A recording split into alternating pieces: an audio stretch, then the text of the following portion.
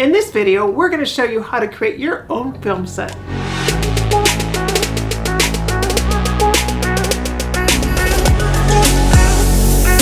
And while we're at it, she's like, hey, your office kind of sucks. Let's fix that too. Totally does. To make sure you don't miss out on future content, go ahead and hit that subscribe button. What I've been doing, here, hold this camera. What I've been doing, let's adjust this.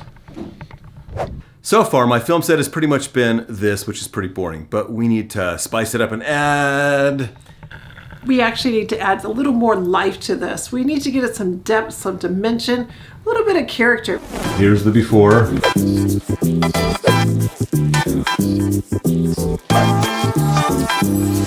What are the things that someone should do when thinking about designing a set? Create a Pinterest board and start tagging things in there that you really like. Another thing that I really like to do is you actually take a box and you start adding things to it that you like, whether it's type style, it's a picture that you get in a mailer, a flyer, colors, go to the hardware store, the paint store, get anything like that, add it in for 30 days.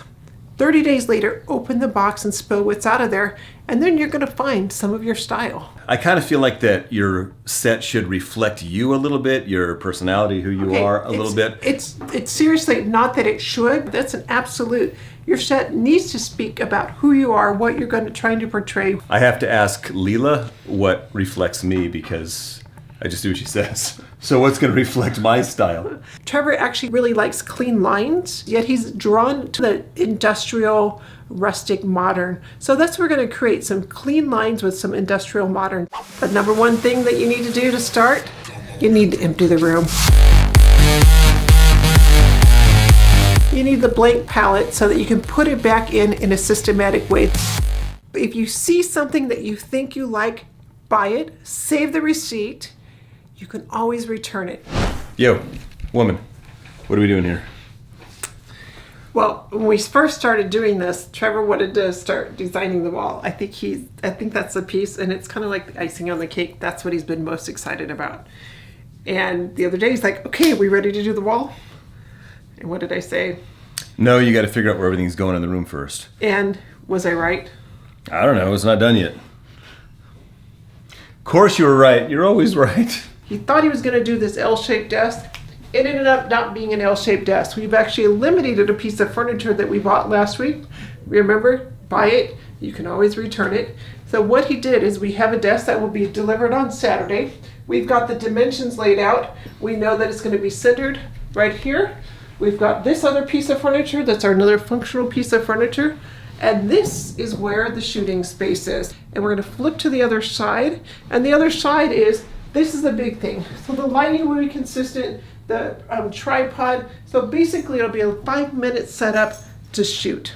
Now that we have all the basic furniture pieces laid out, the next step is actually the creation part. What we're gonna do is we're gonna bring in all of the accessories and things that we have already kind of lined up for the wall, and we're gonna lay them out. This is kind of our centering anchor piece. We've kind of held everything up around it, and what we're going to do is build the rest of the wall around this. Ow! You ready to see the final results?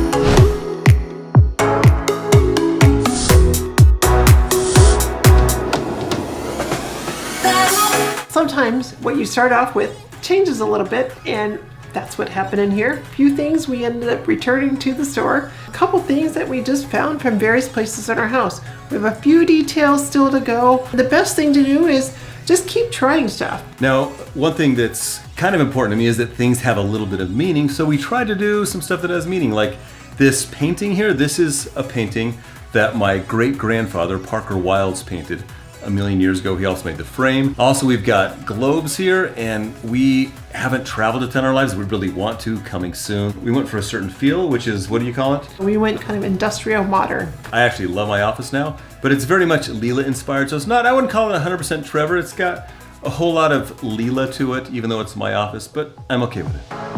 Are you just okay, or do you love it? I love it. I thought you...